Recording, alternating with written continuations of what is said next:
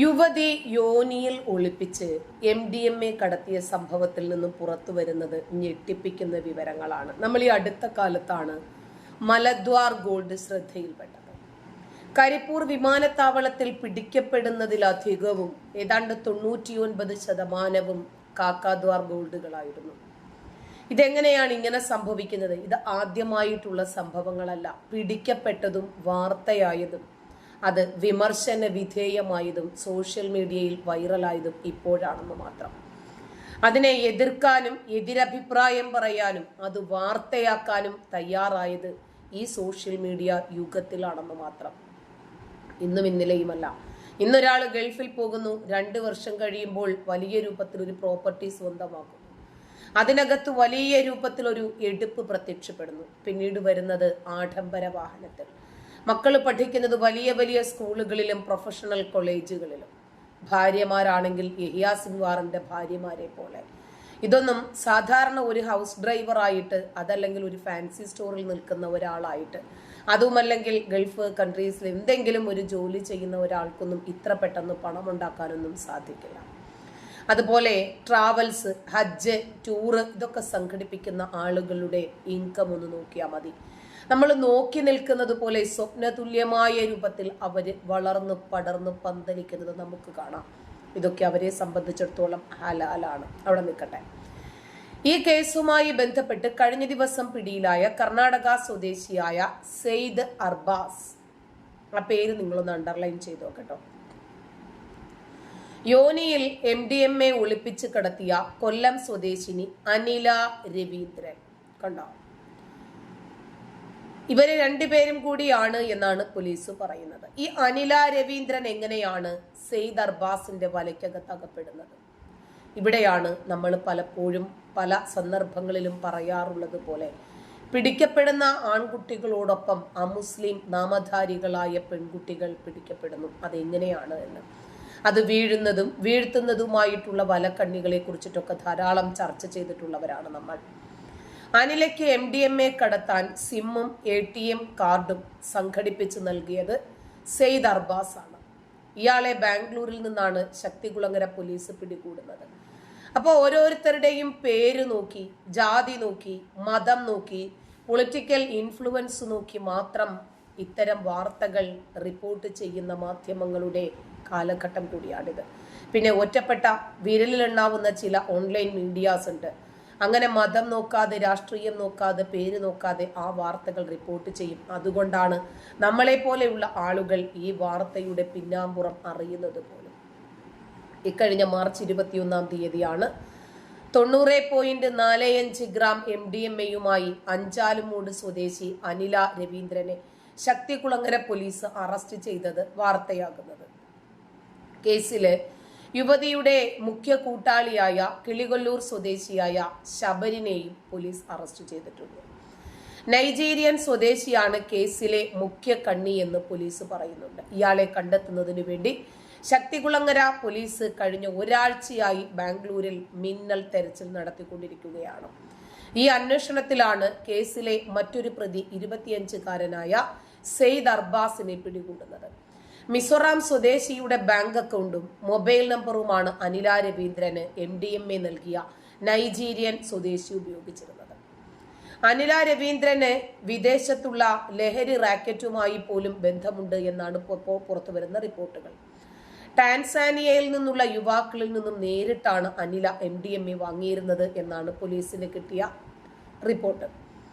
കൊല്ലത്തെ school college വിദ്യാർത്ഥികൾക്കിടയിൽ ലഹരി മരുന്ന് വിതരണം ചെയ്തിരുന്ന ഈ യുവതിക്ക് ജില്ലയിലെ ലഹരി സംഘങ്ങളുമായും അടുത്ത ബന്ധമുണ്ട് എന്നാണ് പുറത്തുവരുന്ന സൂചനകൾ.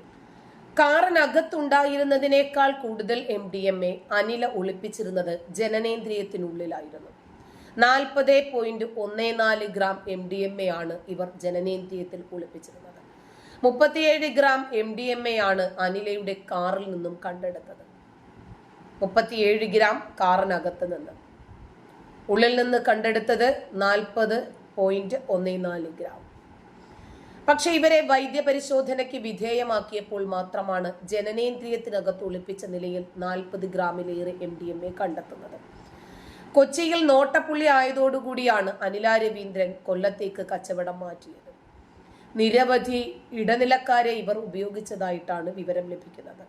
യുവതിക്ക് ലഹരി മരുന്ന് വിൽപ്പന നടത്തിയ ആളെയും ഇടനില ആയിട്ട് നിന്ന് പ്രവർത്തിച്ച വ്യക്തിയെയും കണ്ടെത്താനും പോലീസ് ശ്രമം തുടങ്ങിയിട്ടുണ്ട്.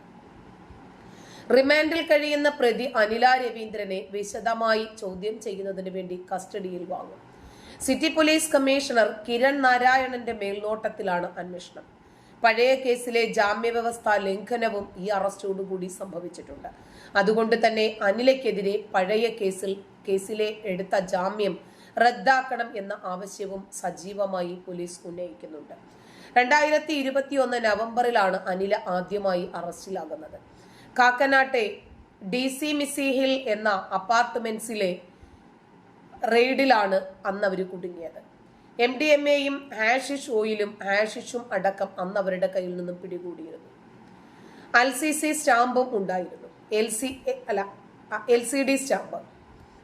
എന്നാൽ തന്റെ പക്കൽ നിന്നും മയക്കുമരുന്ന് പിടിച്ചിട്ടില്ലെന്നും തനിക്കൊപ്പം ഉണ്ടായിരുന്ന ആളുകളാണ് മയക്കുമരുന്ന് കൈവശം വച്ചത് എന്നുമായിരുന്നു ജാമ്യം കിട്ടുന്നതിനു വേണ്ടി അനില ഹൈക്കോടതിയെ ബോധ്യപ്പെടുത്തിയത്. താനൊരു വിവാഹിതയാണെന്നും കൊച്ചുകുട്ടിയുടെ അമ്മയാണെന്നും വിശദീകരിച്ചു. ഒരു ടൂറിനുള്ള തയ്യാറെടുപ്പിനിടയിലാണ് റെയ്ഡ് നടന്നതെന്നും തനിക്ക് അതിനെക്കുറിച്ചിട്ട് കൂടുതലൊന്നും അറിയില്ല എന്നുമാണ് അന്ന് അവർ വിശദീകരിച്ചത്. ഇതിനോടൊപ്പം ക്രിമിനൽ പശ്ചാത്തലം ഇല്ല എന്ന വാദവും ഹൈക്കോടതിയിൽ ഉയർത്തി. ഇതെല്ലാം പരിഗണിച്ചിട്ടാണ് ഹൈക്കോടതി ഇവർക്ക് അന്ന് ജാമ്യം അനുവദിച്ചത്. എന്നാൽ പുറത്തിറങ്ങിയ ശേഷവും അനില കച്ചവടം തുടർന്നു. അതിന്റെ തുടർച്ചയായിരുന്നു കൊല്ലത്തെ അറസ്റ്റ്. അഞ്ചാലുമൂടി ഇരുവട്ടം സ്വദേശിനിയായ അനില രവീന്ദ്രൻ എന്ന 34-കാരി ഇന്നലെ പോലീസിന്റെ പിടിയിലാകുമ്പോൾ അവർ നിരത്തുന്ന കാരണങ്ങൾ പരസ്പര വിരുദ്ധമാണ്. നിലവിൽ പനയം രേവതിയിൽ വാടകയ്ക്ക് താമസിക്കുന്ന അനില കൊല്ലം നഗരത്തിലെ സ്കൂളുകളും കോളേജുകളും കേന്ദ്രീകരിച്ച് ഈ മരുന്ന് വിൽപ്പന നടത്തുന്ന വ്യക്തിയാണ്. കർണാടകയിൽ നിന്നും MDMA നേരിട്ടെത്തിച്ചിട്ടാണ് അനിലയുടെ ലഹരി വ്യാപാരം. വിദ്യാർത്ഥികളാണത്രേ അനിലയുടെ ഇടപാടുകാരിലേറെ. കൊല്ലം നഗരത്തിലെ സ്കൂളുകളും കോളേജുകളും കേന്ദ്രീകരിച്ചിട്ടാണ് അനില ലഹരി വിൽപ്പന നടത്തുന്നത്. ഇത് സംബന്ധിച്ച് പോലീസിന് രഹസ്യ വിവരം ലഭിച്ചതിനെ തുടർന്നാണ് പോലീസ് യുവതിയെ അറസ്റ്റ് ചെയ്തത്. ശക്തികുളങ്ങര പോലീസ് സ്റ്റേഷന് സമീപത്ത് നിന്നാണ് യുവതിയെ ഇന്നലെ പോലീസ് പിടികൂടുന്നത്. 50 ഗ്രാം MDMAയും ഇവരിൽ നിന്നും പിടിച്ചെടുത്തിട്ടുണ്ട്. 3 ലക്ഷം രൂപ വില വരുന്ന രാസലഹരിയാണിത്. സിറ്റി ഡാൻസ് ഓഫ് ടീമും ശക്തികുളങ്ങര പോലീസും സംയുക്തമായി നടത്തിയ റെയ്ഡിലാണ് യുവതി പിടിയിലാകുന്നത്. കർണാടകയിൽ നിന്ന് വാങ്ങിയ MDMA കൊല്ലം നഗരത്തിലെ സ്കൂള് അതുപോലെ കോളേജ് വിദ്യാർത്ഥികൾക്ക് വിൽപ്പനയ്ക്കായിട്ട് സ്വന്തം കാറിൽ ഒരു യുവതി കൊണ്ടുവരുന്നതായി കമ്മീഷണർക്ക് ലഭിക്കുന്ന രഹസ്യ വിവരം. ഇതിന്റെ അടിസ്ഥാനത്തിലാണ് ഇന്നലെ രാവിലെ മുതൽ സിറ്റി പരിധിയിൽ വ്യാപകമായിട്ടുള്ള പരിശോധന ആരംഭിച്ചത്. കൊല്ലം ACP ഷെരീഫിന്റെ നേതൃത്വത്തിൽ 3 സംഘങ്ങളായിട്ടായിരുന്നു പരിശോധനകൾ നടത്തിയത്. വൈകിട്ട് 5:30 മണിയോടുകൂടി നീണ്ടകര പാലത്തിന് സമീപത്ത് വെച്ച് യുവതിയുടെ കാറ് കണ്ടെങ്കിലും പോലീസ് നിർത്താൻ ആവശ്യപ്പെട്ടെങ്കിലും നിർത്തിയില്ല. തുടർന്ന് ശക്തികുളങ്ങര പോലീസ് സ്റ്റേഷന് സമീപത്ത് വെച്ച് പോലീസ് വാഹനം തടഞ്ഞിടുകയായിരുന്നു. കാറിനകത്ത് ഒളിപ്പിച്ച നിലയിലാണ് MDMA കണ്ടെത്തിയത്. അനില സഞ്ചരിച്ച കർണാടക രജിസ്ട്രേഷൻ കാറ് ഇവരുടെ സുഹൃത്തിൻ്റെതാണ് എന്നാണ് പോലീസ് പറയുന്നത്. കർണാടകയിൽ നിന്ന് കാറിൽ കൊല്ലത്തേക്ക് MDMA കൊണ്ടുവരുമ്പോൾ അനിലയ്ക്കൊപ്പം ഒരു യുവാവും ഉണ്ടായിരുന്നു. കൊല്ലം സ്വദേശിയായ ഇയാൾ എറണാകുളത്ത് ഇറങ്ങി. ലഹരി കച്ചവടത്തിന് പോലീസ് ഉദ്യോഗസ്ഥന്റെ സഹായം ഇവർക്ക് ലഭിച്ചിട്ടുണ്ട് എന്നാണ് സൂചന. ഇയാളെക്കുറിച്ചും അന്വേഷണം ആരംഭിച്ചിട്ടുണ്ട്. അനിലയുടെ മൊബൈൽ ഫോണിൽ നിന്നും കൂടുതൽ തെളിവുകൾ ശേഖരിക്കുമെന്ന് പോലീസ് പറയുന്നു. യുവതി നേരത്തെയും MDMA കേസിൽ പ്രതിയാണ്. 2021 അനിലയ്ക്കൊപ്പം കാക്കനാട്ട് മയക്കുമരുന്നുമായി IT കമ്പനി മാനേജർ അടക്കം 7 പേരാണ് പിടിയിലായത്. യുവാക്കൾക്കും IT പ്രൊഫഷണലുകൾക്കും ഇടയിൽ മയക്കുമരുന്ന് വിൽപ്പന നടത്തുന്ന സംഘത്തെയാണ് അന്ന് പിടികൂടിയത്. തൃക്കാക്കര പോലീസിന്റെയും കൊച്ചി ഡാൻസ് ഓഫ് ടീമിന്റെയും സംയുക്ത പരിശോധനയിലാണ് സംഘത്തെ അറസ്റ്റ് ചെയ്തത്. തൃക്കാക്കര മില്ലൂമ്പടിയിൽ ഫ്ളാറ്റ് വാടകയ്ക്കെടുത്ത ശേഷമായിരുന്നു മയക്കുമരുന്ന് സംഘത്തിന്റെ പ്രവർത്തനം. അന്നും കേരളത്തിന് പുറത്തുനിന്ന് മയക്കുമരുന്ന് എത്തിച്ചിട്ട് തന്നെയായിരുന്നു വിൽപ്പന നടത്തിയത്. എറണാകുളം, ആലപ്പുഴ, കൊല്ലം എന്നീ ജില്ലകൾ കേന്ദ്രീകരിച്ചിട്ടായിരുന്നു ഇവരുടെ വിൽപ്പന. കൊല്ലം സ്വദേശിയായ ജിഹാദ് ബഷീർ, നോർത്ത് പറവൂർ സ്വദേശി എർലിൻ ബേബി എന്നിവർ ചേർന്ന മാഫിയ സംഘമാണ് അന്ന് അറസ്റ്റിലായിരുന്നത്. നന്ദി.